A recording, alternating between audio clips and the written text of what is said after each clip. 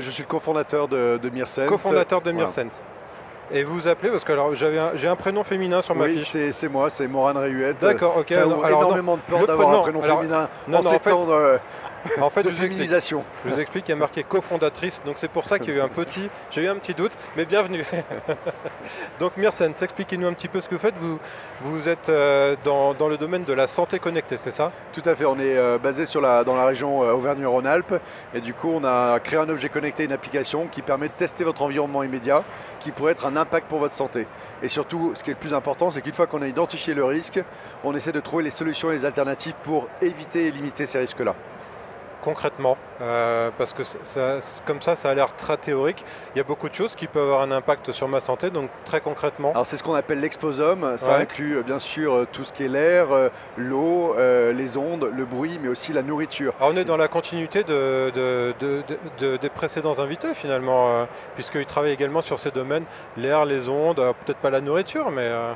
En effet, c'est un vrai secteur qui est fort en Auvergne-Rhône-Alpes, c'est de mieux comprendre finalement cet exposome et l'impact que ça représente sur la santé. C'est pour ça que Mirsense, on essaie d'être le gardien de votre santé. Et du coup, on a une application qui est un peu comme le Waze, le Waze de la santé, qui va permettre de screener, d'identifier tous ces enjeux-là autour de nous et finalement de proposer des alternatives, des solutions. Donc on a aussi un petit objet connecté.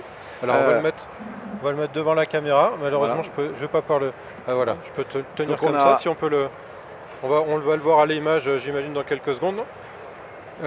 Continuons. Voilà, donc, on a un objet connecté avec des capsules, et chaque capsule permet de faire des tests différents. Donc vous allez pouvoir faire des tests sur le bruit, des tests sur l'air, des tests sur l'eau, des tests sur l'onde et ainsi de suite. D'accord. Voilà. Vous parlez de capsules, ce sont des choses qui se rechargent, qui se retirent. Comment ça marche? D'accord, ok.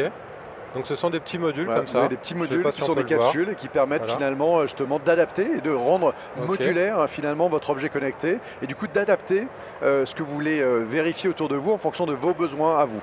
D'accord, donc on peut finalement se faire un capteur à la carte, c'est ça? Un capteur à la carte est complètement... Par exemple, typiquement, mon fils est allergique, il va plutôt prendre des capteurs autour de la qualité de l'air. Ma femme a des sensibilités sur le gluten, elle va plutôt prendre des choses autour du gluten. D'accord, je vais vous poser la même question que nos invités précédents. Comment est-ce que vous êtes rencontrés et qu'est-ce qui a fait que vous soyez accompagnés ici, j'ai envie de dire? D'abord, on est accompagné depuis longtemps par la région Auvergne-Rhône-Alpes, qui est un vrai support. Et c'est vrai que partir tout seul avec nos petits bras musclés dans une aventure comme le CES, c'est pas toujours facile. C'est votre premier CES? C'est notre deuxième CES. Voilà, donc on a capitalisé justement sur le support et sur l'aide de la région pour justement arriver à apporter encore plus de valeur. Et donc c'est vrai que ces années-là nous ont permis d'apporter plus d'équipes, plus de pertinence et de performance pour pénétrer le marché américain. Et la région est extrêmement présente sur des sujets qui touchent à la santé. Et le domaine des sciences du vivant, c'est une des particularités et spécificités régionales depuis les grandes inventions pasteuriennes et leur déclinaison et leur portage par des grands noms de l'industrie comme Mérieux, comme Aguettant et d'autres. Donc pour nous, cette transition que l'on connaît actuellement et l'accompagnement dans le domaine des sciences du vivant et de ces nouvelles technologies, c'est quelque chose d'essentiel. Vous, Mirsense, vous êtes venu au CES dans quel but? Trouver des investisseurs, trouver des partenaires, trouver des distributeurs? C'était quoi l'idée? Il y en a peut-être plusieurs d'ailleurs. L'idée principale, c'est de créer de la visibilité puisqu'on est en train de lancer en fait le produit et l'application sur le marché américain. Mais aussi finalement parfois il faut être loin pour être encore mieux reconnu dans son propre pays.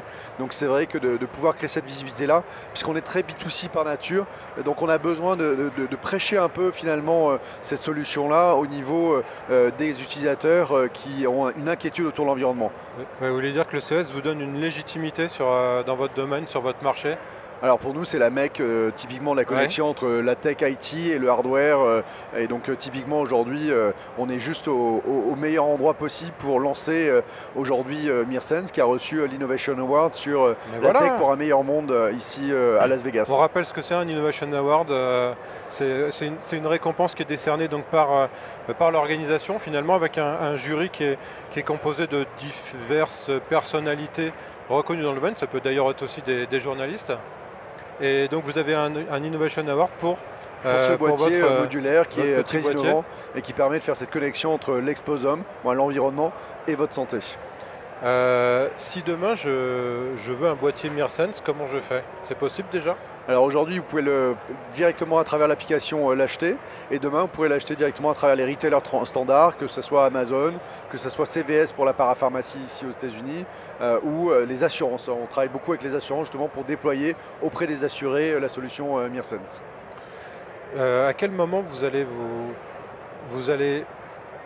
on va dire, à quel moment vous direz j'ai réussi mon CES? Nous, on est à 3 jours de salon.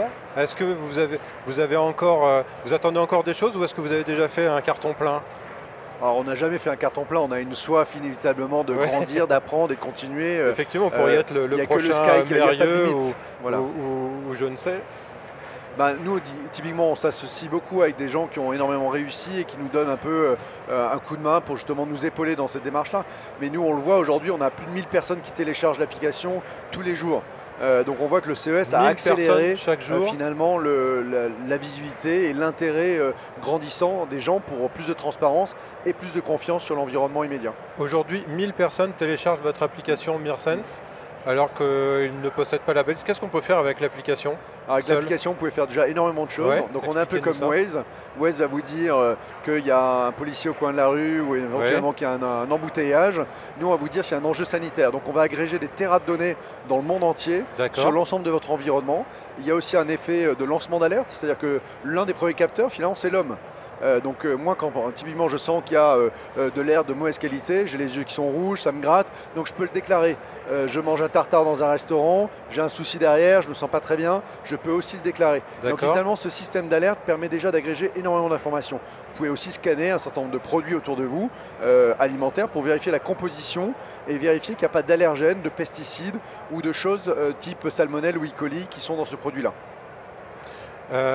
Ça coûte combien, Mirsense? C'est 150 € le produit. Les capsules sont entre 1 et 30 € en fonction de celles qui sont à usage unique ou usage multiple. D'accord. Et alors, ces capsules, elles ont quelle autonomie? Parce que j'imagine qu'il faut les changer à un moment donné, non? Alors, les capsules qu'on vient de lancer, on vient de lancer 6 capsules. Donc la capsule sur les PM2.5, les particules, le CO2 et le COV, le bruit, les ondes et les UV.